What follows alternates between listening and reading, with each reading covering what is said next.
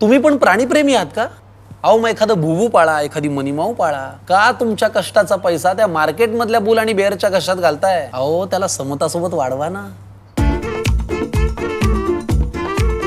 अहिल्यानगर जिल्ह्यातील कोपरगाव तालुक्यातील करंजी बुद्रुक ते ओगदी या मुख्यमंत्री ग्राम सडक योजनेअंतर्गत सुरू असलेल्या रस्त्याच्या रखडलेल्या कामाविरोधात ग्रामस्थांनी सुरू केलेले बेमुदत उपोषण संबंधित विभागाने ठेकेदारांकडून लेखी आश्वासन मिळाल्यानंतर स्थगित करण्यात आले आहे.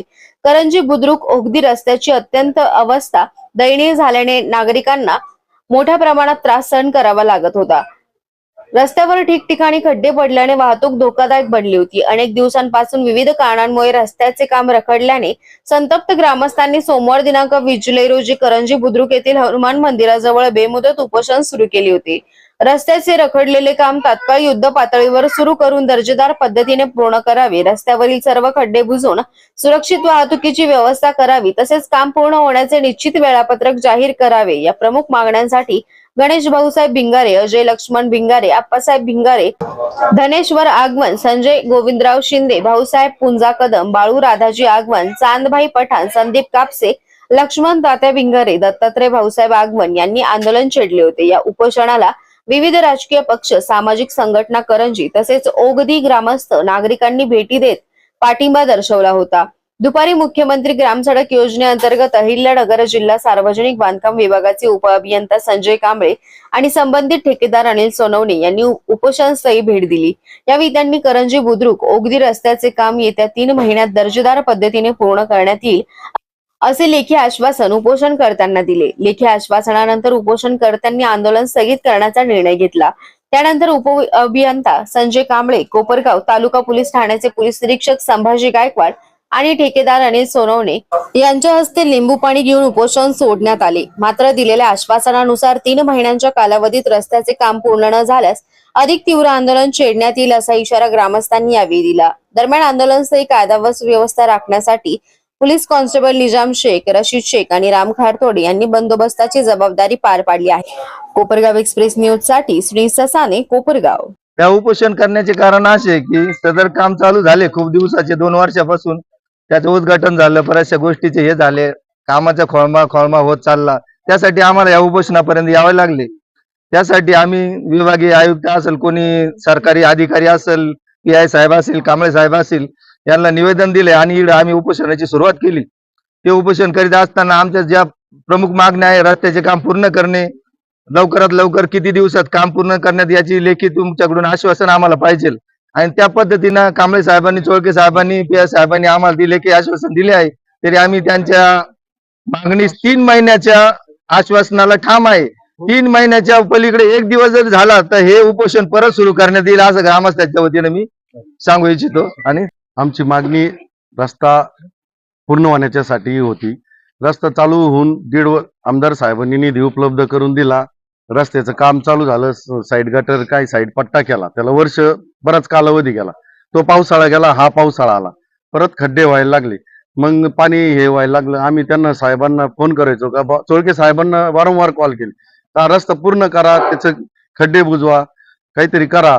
मग नंतर आम्ही आम्ही सर्व मित्रमंडळींनी, सामाजिक कार्यकर्त्यांनी विचार केला. मग आम्ही निवेदन दिल्यानंतर मग ते काम चालू झालं 2 दिवसात.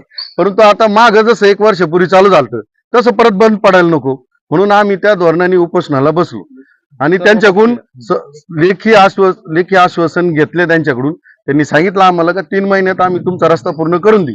तर आम्ही ते स्वीकारलं, उपोषण मागे घेतलंय. आदरणीय अभियंता साहेब, कांबळे साहेब, PWD चे अधिकारी चोळके साहेब व कॉन्ट्रॅक्टर पण आलेले आहेत, PI साहेब, गायकवाड साहेब पण आले. त्यांच्या साक्षीने, गावकऱ्यांच्या साक्षीने आम्ही उपोषण मागे घेतलं आहे. जर समजा त्यांनी आता 90 दिवस सांगितले, आम्ही 10 दिवस अजून घ्या. 100 दिवसात काम पूर्ण दर्जेदार काम झालं पाहिजे, उत्कृष्ट काम झालं पाहिजे. जर नाही झालं तर आम्ही पुन्हा उपोषणाला बसू. झालं तर आम्ही नगरला पण जाऊन बसू त्यांच्या दारात. एवढंच विनंती आहे. आणि आम्ही आता जे त्यांनी आश्वासन दिले आहे त्यात आम्ही समाधानी आहे. आज दिनांक 20/7/2026 रोजी ओगदी ते करंजी या रस्त्याच्या कामानिमित्त करंजी गावातील नागरिकांनी जे उपोषण केलं होतं, सदर काम हे आम्ही आजपासून किंवा उद्यापासून चालू करून पुढील 3 महिन्यात पूर्ण करण्यात येईल असं आम्ही लेखी आश्वासन करंजी ग्रामस्थांना दिलं. मी काम सगळं चांगलंच करणार आहे आणि करतो. फक्त काम चालू असताना अडथळा निर्माण करू नका, कटकट करू नका. कटकट केली तर काम करायचा उत्साह कमी होतो.